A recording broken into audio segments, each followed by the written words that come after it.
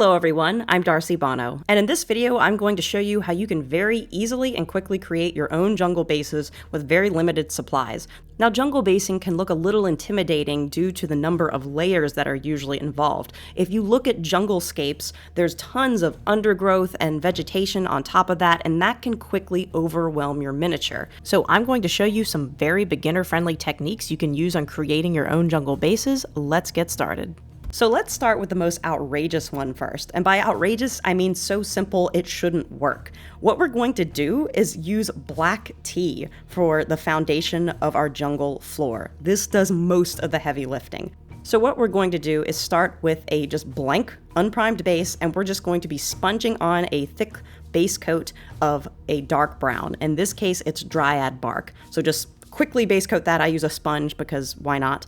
And then let that dry. Once it's dry, we're going to then stipple or sponge on a slightly reddish brown. In this case, I used Mournfang Brown, and I got most of it off my sponge before applying it, just so it had a lightly speckled pattern. Since the layer of tea we're going to be putting on this is not going to be totally opaque, we need this underlayer to create the illusion of earth.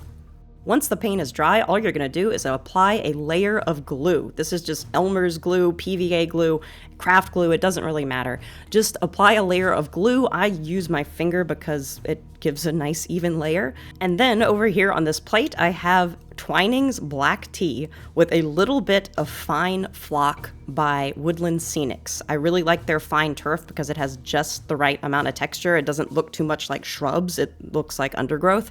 That is totally optional, but I feel like it gives a little bit more of the jungle look to it. So that is all I'm using for my basing mixture. Then all you're going to do is take your base with your wet glue on it and dunk it into that mixture. That's it. It usually takes maybe 2 tries to get like a thorough coat. The one thing to note is where your miniature's feet are going to go. Because if you set your miniature on top of this once it dries, it just kind of looks like he's floating above the forest floor rather than standing in dense vegetation. So what you're going to do is just make a note of where your miniature's feet are going to be, and then lightly wipe out that area. I honestly just use a crappy old brush to wipe out the area for the miniature's feet to be placed on. This also applies for any bits that you're going to be putting on this base. So if you have rocks or ruins or skulls, I usually will wipe out a little area for them as well, so it also looks like they are synced into the environment.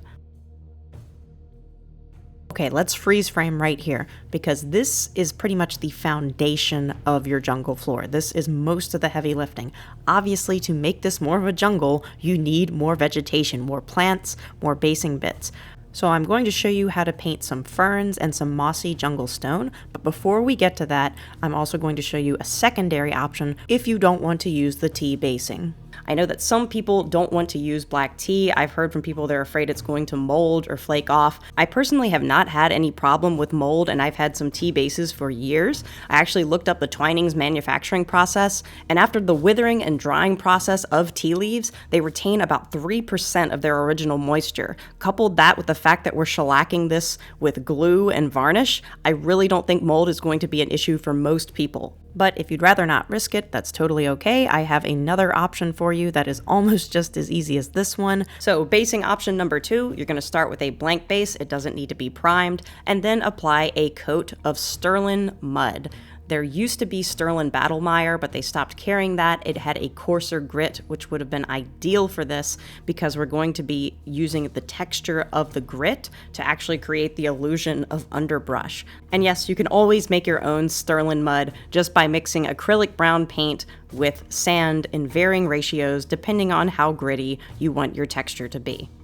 The important thing while you're applying your Stirland Mud is to make sure that you do have some clumpier parts. So just kind of push it around, push the grit around. It can be somewhat smooth in certain areas, but you are going to want little pockets of texture because we're going to be turning that into vegetation. And one final note, just like I've said previously, make sure to wipe away areas where your miniature's feet are going to be, as well as any basing bits. Again, for the same reason, so they're not just sitting on top of the texture.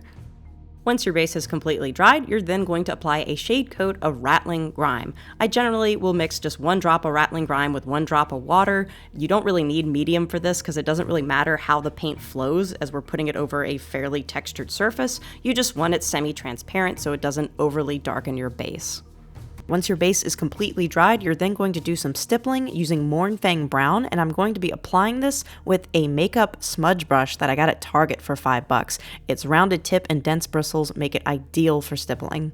If you've never done stippling before, it's very similar to dry brushing, in which you get most of the paint off your brush and then lightly jab the surface, and it'll create kind of these splotchy areas. We're not doing this all over, just here and there. Kind of think of how camo looks and just kind of create variations just sparingly on the base.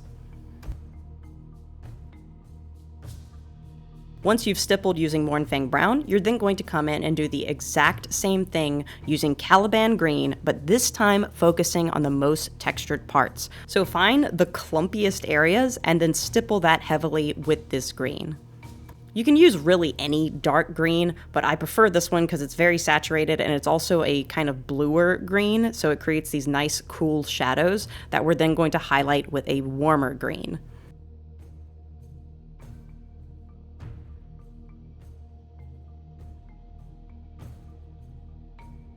This next step you can kind of flavor to taste. In order to brighten Caliban Green into a more vibrant jungle green, we're going to add just a pinch of Yriel Yellow to it. And when I say a pinch, that is subjective, sure. The more yellow you add to Caliban Green, the more vibrant green this is going to be. So just mix it until it's like a mid-tone yellow-green, and then you're going to lightly dry brush this over the green areas that you stippled. You can, in fact, do a little bit of light stippling with this color. This is essentially just your highlight, so don't go crazy with it. Retain some of your dark green shadows, but basically just do some light stippling and some dry brushing over the most textured parts.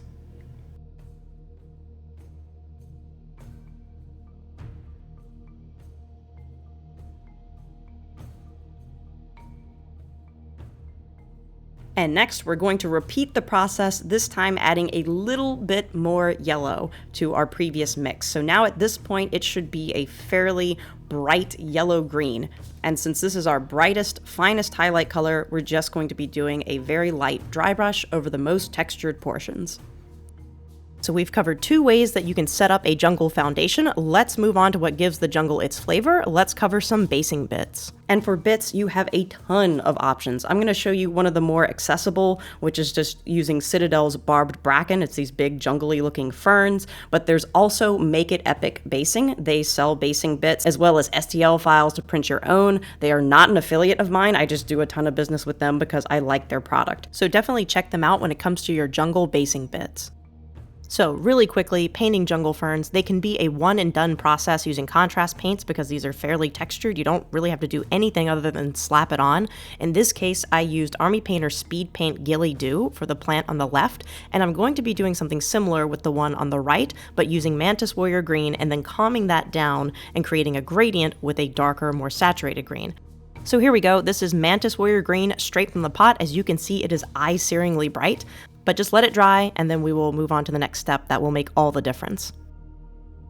Once the Mantis Warrior Green has completely dried, you're then going to apply a shade coat made from an even ratio of Dark Angel's Green and whatever thinner you would like. Whether it's water, Lamian medium, contrast medium, it doesn't matter in this case dealing with a textured small surface like this.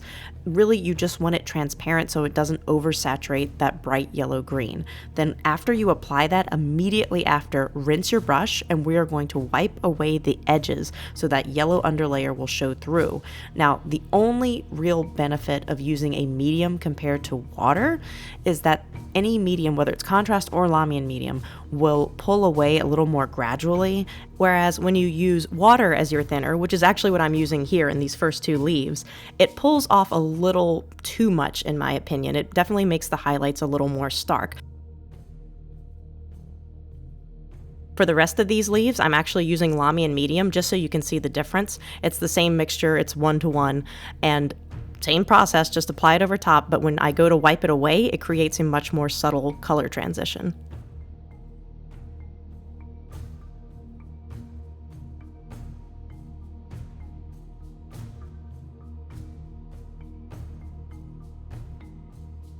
So that is basically all you do to create a little bit of color variation with your ferns. If you'd like to do this with Army Painter Speed Paint, you're just going to do the exact same process using Absolution Green. That's their version of Dark Angel's Green, LOL.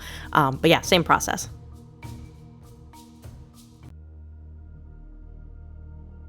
There are tons of speed paints that you can use to create color variations in your jungle foliage. If you would like to see more of those, check out Stolly from Tale of Painters. He has an entire library of every single speed paint available for purchase for $7 on his Patreon page. I'm not being paid to say this. I wasn't even asked to say this. I just bought this because it takes a lot of the guesswork out of the entire process and will give you some ideas on different greens you can use in your own jungle basing.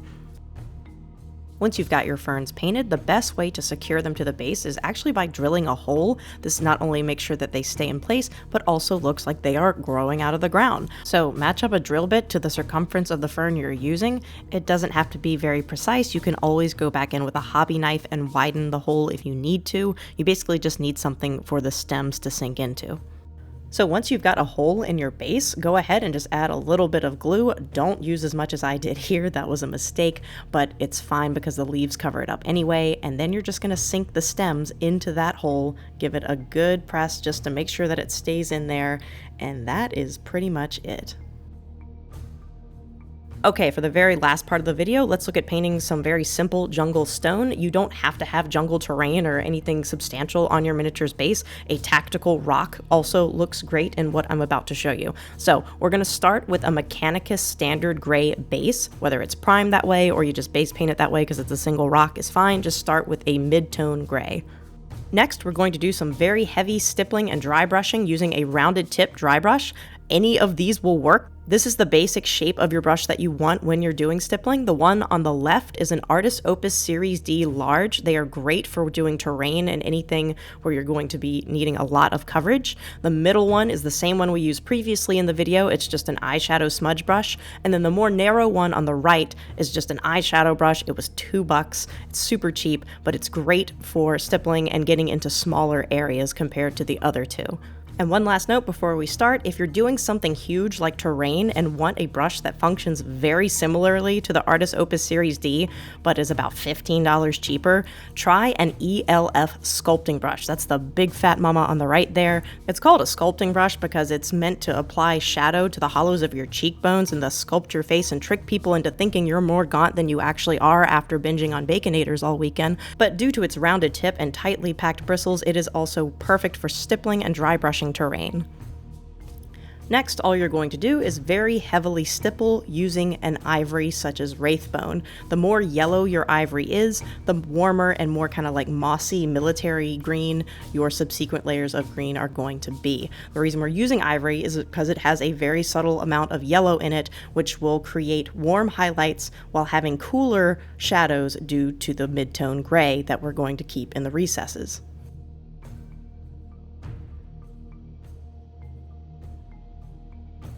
And as you can see here, I've switched to the big ol' sculpting brush just so you can see that they are remarkably similar in how they function. It's pretty much the exact same process. It's got great coverage and much finer bristles, so I found that it gives a little bit better gradient. One thing to caution though is that don't overload your brush. Make sure to get a good amount of your paint off, otherwise you end up with kind of these streaks like you see here. But it doesn't really matter in this case if you end up over highlighting because we're going to be putting two different shade coats over top of this. So don't worry about it being really stark because it's going to get dulled down quite a bit.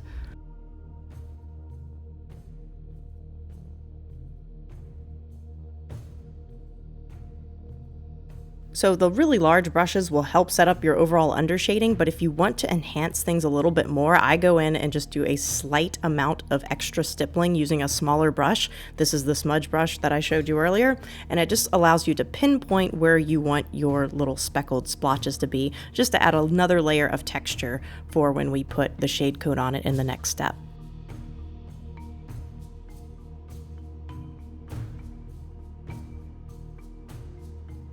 With our undershading set up, we're now ready to make this look like stone. This is just Nuln Oil straight from the pot. All you're gonna do is coat that all over this surface. You can be pretty heavy-handed with it, just watch out for pooling and spread it around evenly. In all honesty, I almost never use the newly formulated Citadel shade coats. They changed the formulation 2 years ago, and I find them way too transparent 9 times out of 10. They also dry very glossy, but in this case, it works really well because we're working with shades of gray gray, so it gives a very nice natural stone look, as there is a tiny bit of brown in Nuln Oil, and if it dries glossy, that's fine because it's wet jungle stone. So just apply the Nuln Oil, let it dry, and get ready for the fun part. Alright, here it is, the step that brings it all together. Apply a heavy coat of Kroak Green shade. This is a perfect mossy stone color. I find it to be the most realistic out of all the green shades. It's not as olive green like Anthonian Camo shade, and it's not as like blue green as Bealtan or Poxwalker green. This is just a perfect algae color to me. So coat this all over your stone to give it a nice overgrown jungle look, and you don't have to be too careful with it. In fact, the more chaotically you apply this, the more natural it's going to look. So don't worry about taking smooth, even swipes. Instead, just slather it on there and lightly blot it around. You can even take a sponge while it's still completely wet and dab it here and there, soaking up some parts to give it a more irregular pattern. So don't be too careful, just have fun with it.